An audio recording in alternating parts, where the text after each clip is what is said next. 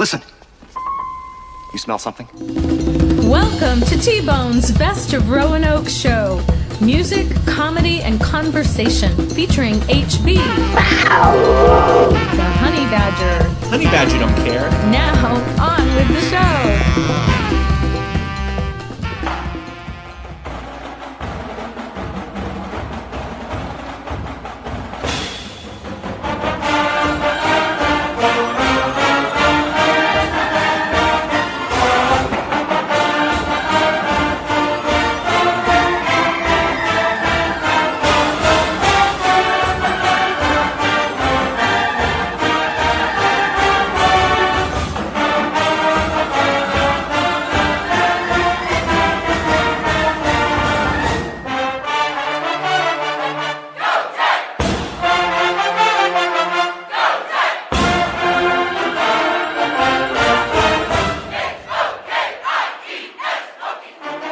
Ready, HB?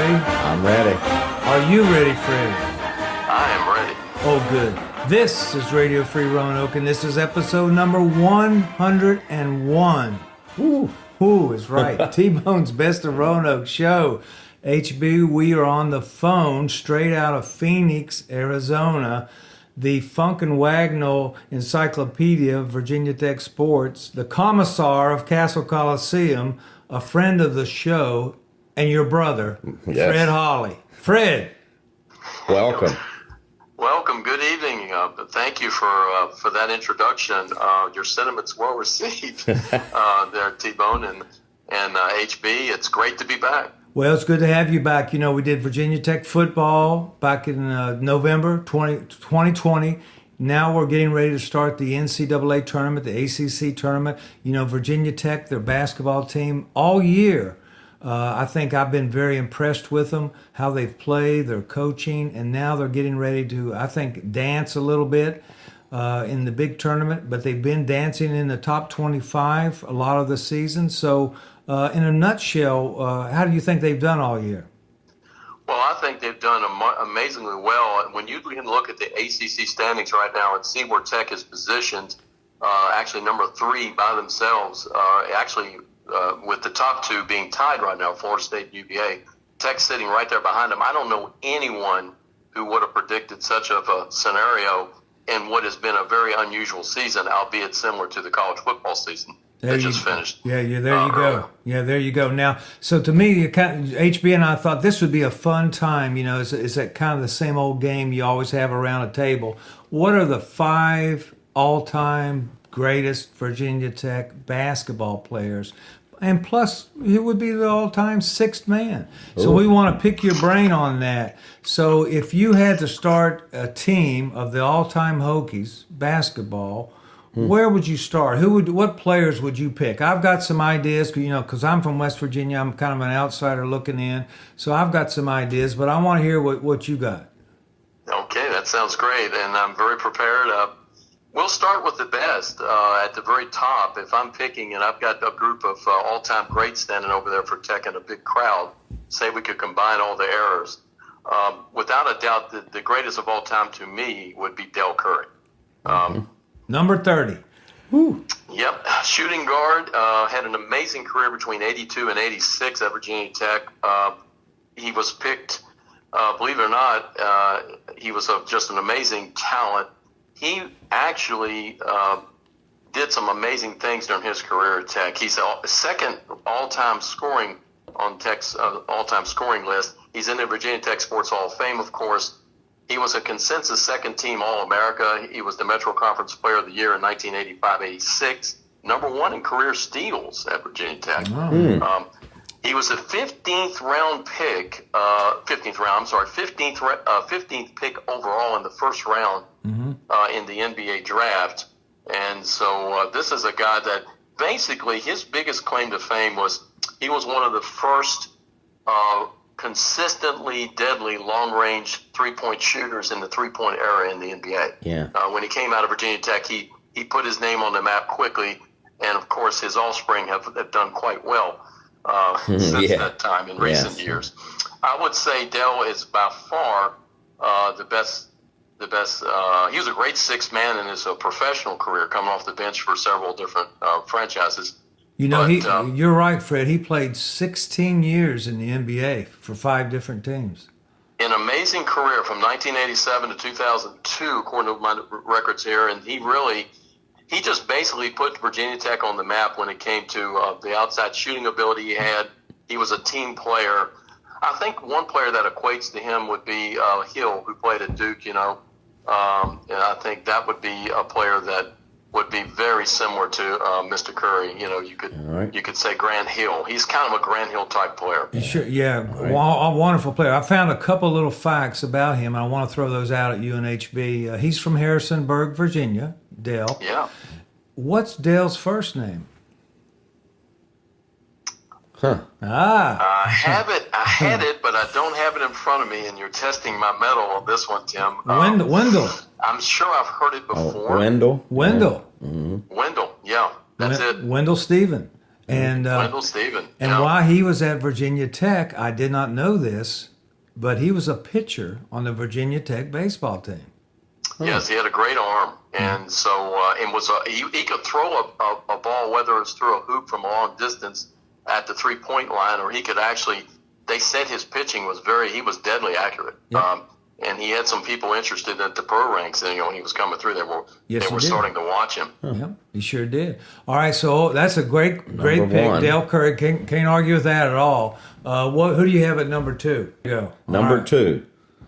Number 2. This was a pretty easy pick, the way I see it. It's no doubt it would be Mr. Bimbo Coles. Yeah, I remember him. Yeah.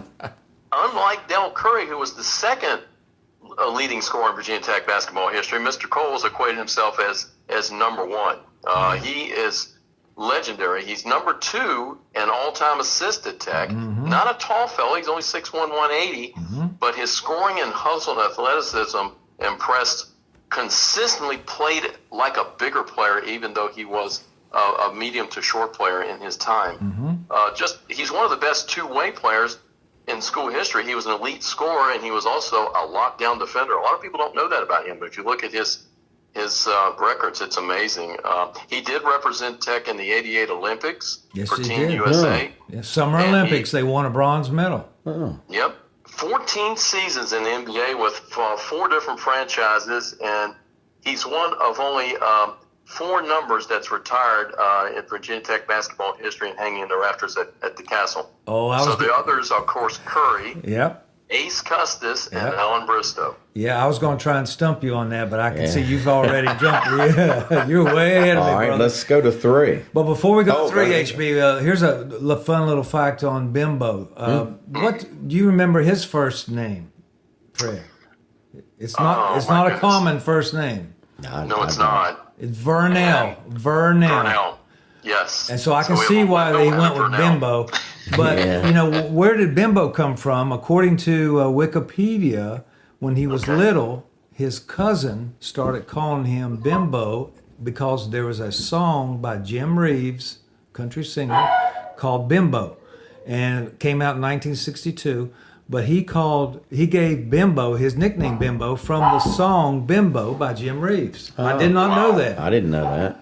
I had heard that many years ago, but that's the first time. I've only heard that fact once, and I haven't heard it since. So that's an awesome piece of research. I really appreciate that. Well, our research from 86 to 90. Yeah, our research staff is very overrated, but they did come up with the gem there. Yeah. All right. That's awesome. Number 3. Number 3, you have to look at and there's now this is where it gets really competitive. Mm-hmm. There are several candidates. I did a lot of analysis. It's easy to lean on recent successes, during, of course, the Buzz Williams era.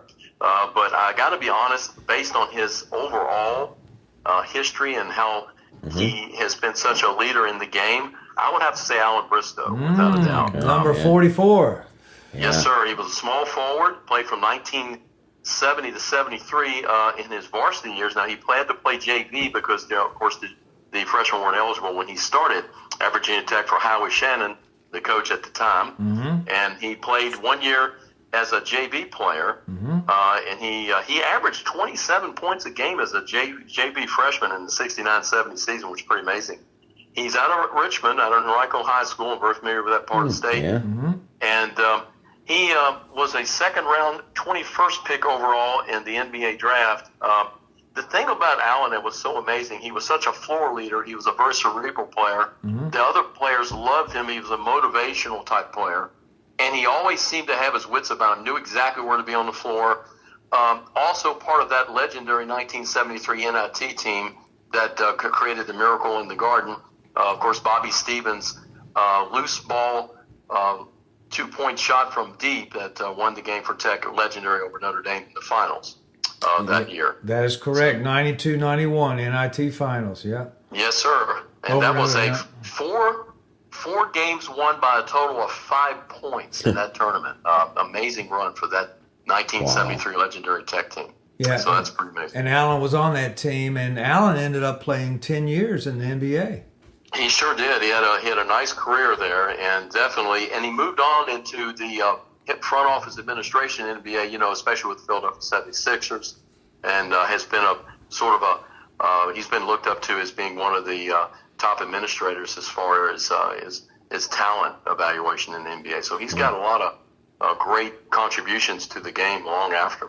I'd forgotten about this, Fred, but he also, for about 5 years, coached the Charlotte Hornets to a couple of playoff appearances. So when Larry Johnson was there, he was a coach at the NBA. That's amazing. You know, he just was a versatile guy, and he built his career in basketball one step at a time and was so well respected by the top brass in the NBA. So that really impressed me when I seen how he continued to progress after his playing days at Tech were over. All right, so on to Mount Rushmore so far of Virginia Tech basketball, you got Dell Curry, excellent.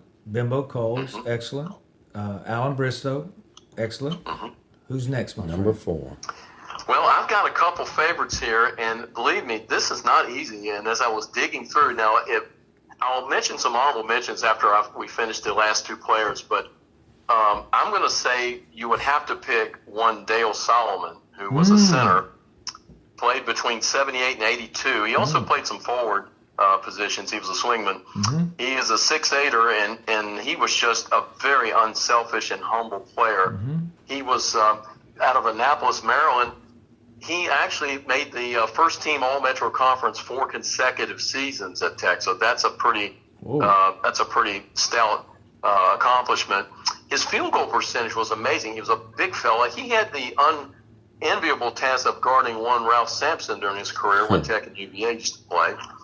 And so he had his hands full, but did a respectable job by all that watched him play and in that defensive capacity. His field goal percentage was amazing. He had a career field goal percentage between 55 and 60% and actually averaged in the upper 60s for his senior season. So he was just an amazing talent. I remember that name. I remember him. So that's a good pick. Good, solid pick. Yeah. All right. Yeah. I think he's unique in the sense that Tech doesn't have a lot of center history as far as, great players. He represents that position real well for Tech. All right. And he's like a cornerstone there. All right. Are you ready for the next one? Well, there's one more left on the starting 5. And as I'm narrowing it down again, looking at this, and again, just I want to say we're going to go old school with this one. And this is a guy that a lot of people probably aren't as familiar with in this era. And so I'm gonna share some detail with him. But his last name is Smith. Now I know that name might sound familiar in college basketball, but not that Smith.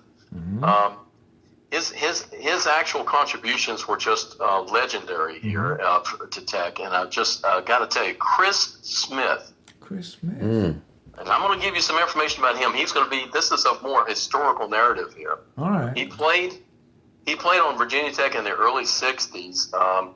He averaged 17 points a game. He was an AP National Honorable Mention in 1960-61 season. Now, he played 3 seasons again. That's what you were eligible for back in those days. Right. He has an all-time record of a 36-rebound game against Washington Lee. Wow.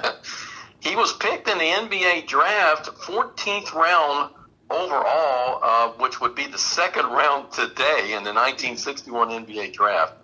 And he averaged, his best year, he averaged 20.4 rebounds per game as a sophomore. That is just off the charts. I don't care what area you're talking about and what level. Yeah. And he averaged 22.2 points per game in the career.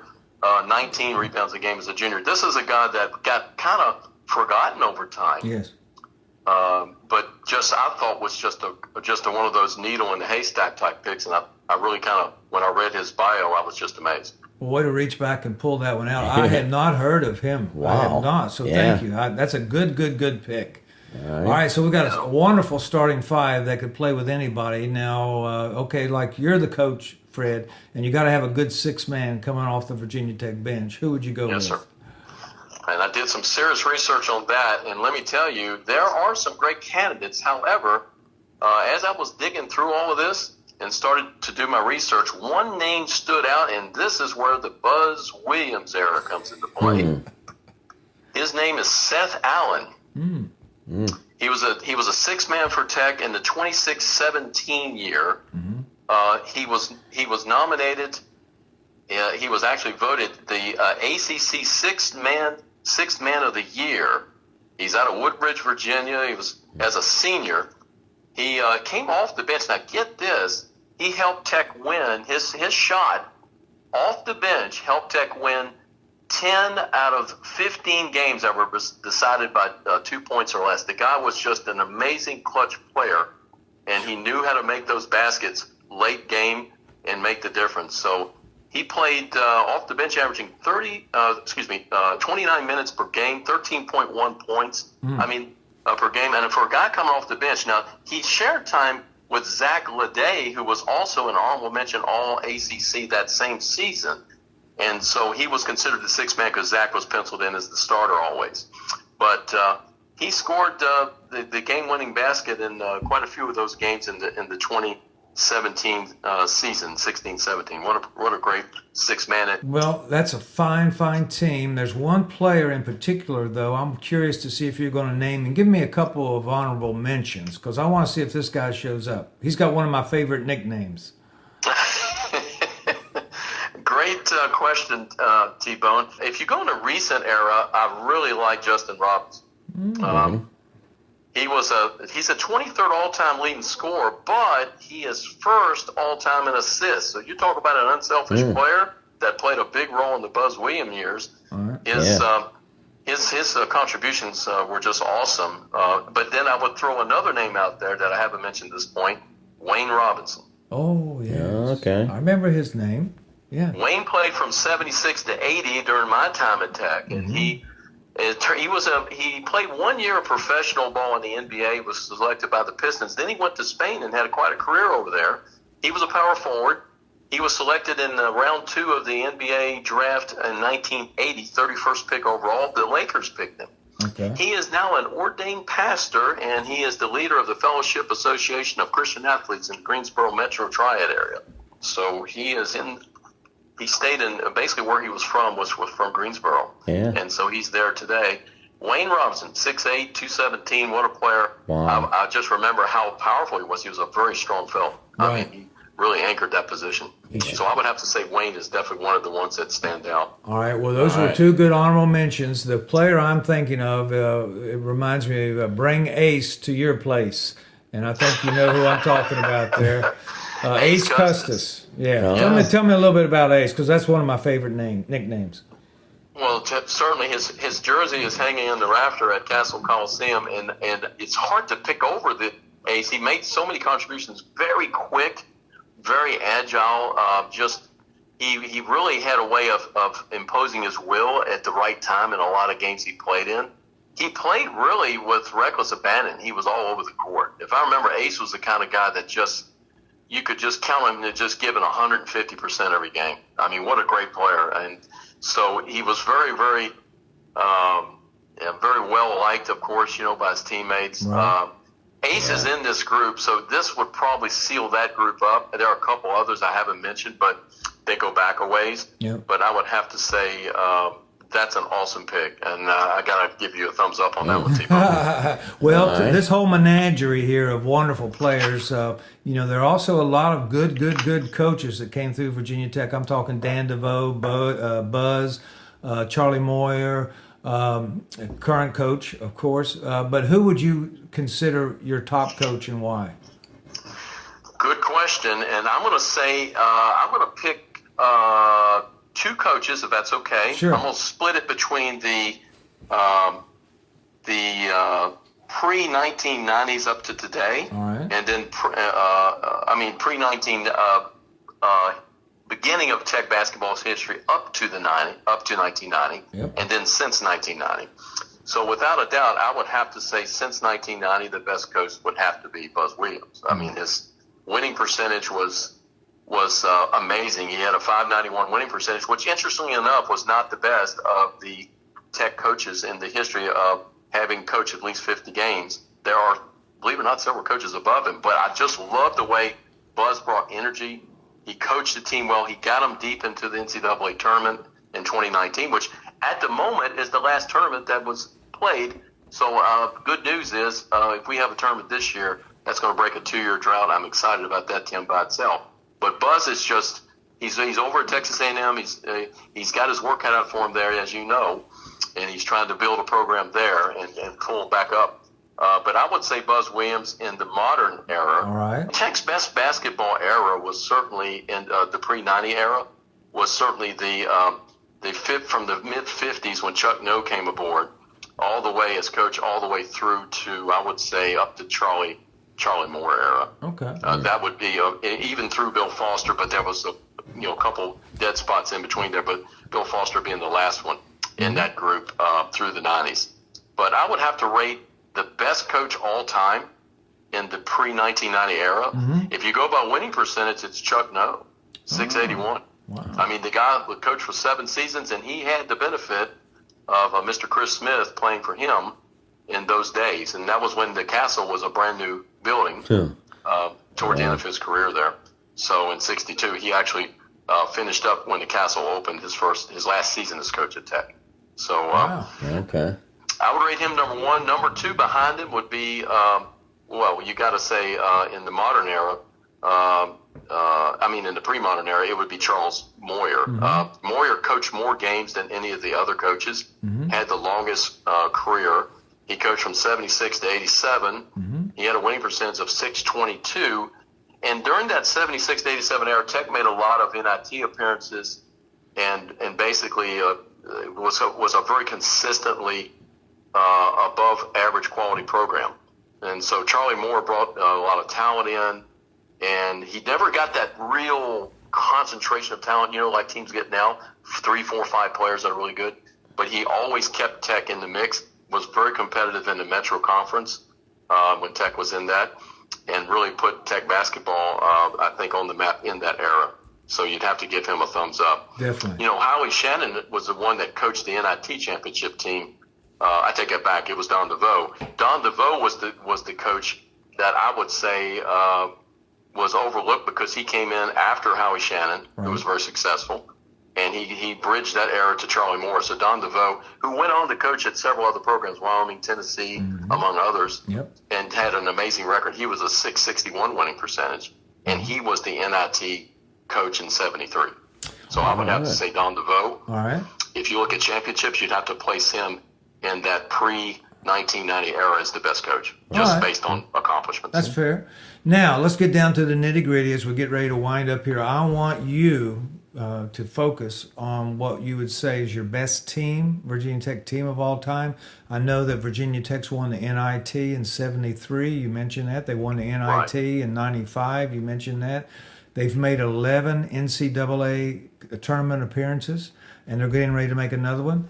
But give us your best Virginia Tech all-time team, and then I think you have a little anecdote you want to throw in there at the end.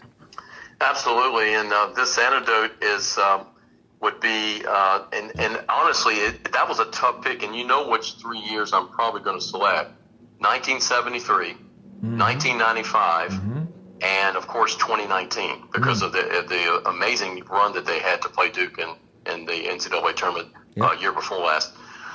It's hard to pick a winner of those 3, but I can conditionalize all 3 of them. I'll be brief. If you look at the 73 team, they went 22-5. They had to get through a very difficult NIT, which at that time was a higher prestige tournament because the NCAA field was very small at that time, only 25 teams. So the NIT was actually, had quite a few teams that would all be probably included in the current tournament format based on the number of teams that are selected. That team was very special.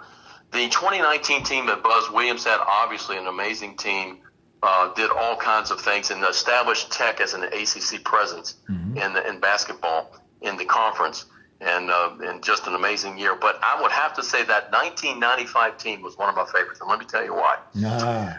Bill Foster came in from Clemson, had plenty of experience at coaching at that time. He didn't have to take on this challenge at Virginia Tech, but he said he felt it in his heart. It was time to take on a new challenge. He fell in love with the kids when he interviewed at the school for the position. Seeing who was going to be playing for him, something told him, let's do this. And so he put together a collection of players that were just amazing, that worked really hard. They weren't what you would call high talent or even above average talent players, but they were solid. They stuck together, they played hard, and in the 1995 NIT championship game, they managed to get to the championship game and played Marquette. Yep. And if you might remember, toward the end of that game, there was a foul call on Marquette with a 0.7 of a second left on the clock. Sean Smith was fouled, a very great Virginia Tech player for that era. He went to the line, and with national TV showing him standing at the line, the camera pulled up close to his face like they normally do, and there was a tear running down his cheek. And they thought maybe he's just sweating. Well, he got up there, coolly hit the first shot, and he was absolutely in a trance when he let the second shot go. It went in, and Tech won the game. Now, he fell to the court. He was absolutely emotionally spent after that second shot. His teammates rushed over to pick him up. He was so quiet, they were thinking he was going to be, he was going to be doing a lot of celebrating, which he was internally. But he was interviewed at the end of the game. He came over to one of the networks, and they asked him, Sean, what were you thinking about when you took that last shot? He started crying. He said, I lost my grandmother recently before the game, and I dedicated the game to her, and I dedicated those shots to her. He said he said a prayer at the foul line. He hit both shots, and he said he was speechless after that. It was like a supernatural experience. Wow, knocked him down, yeah. Wow, I didn't know that. What an amazing testimony. What a story, because I can still picture him there. I can still picture him on TV with 0.7 seconds. They're down one. What pressure. He's got to make one to tie it, but two to win it, and he makes them both. Do you recall what his free throw percentage was? I don't have it in front of me, but I got to be honest with you. If he'll never hit 2 free throws in his career, that will be as important as that. And of course, as it turned out with his career, he was just a good kid, and it just warmed everybody's heart when he told that story. It was just, to me, absolutely amazing. I think everybody just basically had opened their heart to Sean. What a great player in crunch time too. For what was a very up year for Virginia Tech basketball, that did not have the prediction that they would do that well. They overachieved. I think. Yeah. Well, Sean was from, if I remember right, from Gastonia, North Carolina. But I bet if he's ever in Blacksburg, he'll get taken care of if he's ever hungry. Rightfully so. He would get the royal treatment in Blacksburg, and I know he knows that. And so what a tremendous win for the program. And then Bill Foster retired because of health reasons after that. And Bill said it was one of his greatest moments watching him do that as a coach in his long career. Because he knew the story. He knew his grandmother had passed recently. Yeah, to me, it touched my heart. And, and it's just a good personal human story out of this whole thing. But we're looking at a very exciting tournament upcoming, and I think there's going to be some favorites, obviously. This is an interesting year. I don't know that we have other than a couple teams that are what I would consider to be alpha male type teams out there, Gonzaga and Baylor. But I think there are a whole lot of other cast of characters that could show up in this tournament really big. All right, Fred, I'm going to put you on the spot as we get ready to close here. Give me your final 4. Great question. In fact, I think it's Gonzaga's year. I think they have the talent. They're playing well. They're confident, but they will be tested. So that's one. That they will see. They are really a program that Mark Few has built into a power over the years. He's been very consistent. They're kind of the Duke of the West. I see Gonzaga really making their mark this year and making it through. I do. as the winner. That's my prediction. Okay. However, the others will be Baylor. I just think Baylor, you've seen them play the other night. They do play well under pressure, but they have some flaws. They can be exposed. I think that Baylor will make it. The other two are harder to pick. I think it depends on who's really playing hot down the stretch. I would say, based on what I'm looking at and teams coming out of conferences, you would have to say Michigan or Ohio State could easily make it into that, whichever one of those that plays the best, or both, depending on how they're seated. Yeah. You'd have to keep them in the mix. I would have to say West Virginia, because they made their way into the top 10 and have been there a few weeks. I would say that's a team that has the talent that if certain things fall the right way, they could win this tournament just like Virginia did back in 19. Yeah. Okay. All right, Fred. Well, I'll tell you what, if you prove correct, we will destroy this tape. If you prove incorrect, we're going to hold it over your head for 20 years. You are always wonderful to interview, and you know all things Virginia Tech, so whatever else comes up in Virginia Tech that we need to know about, we're going to be giving you another call, okay? Thank you, Tim. It's been a pleasure, and all the best to you there, bro. You take care there, and I appreciate both of you. You too, bro. Love you, man. All the best. Go get him, Fred. Yeah, man. Thank you, bro.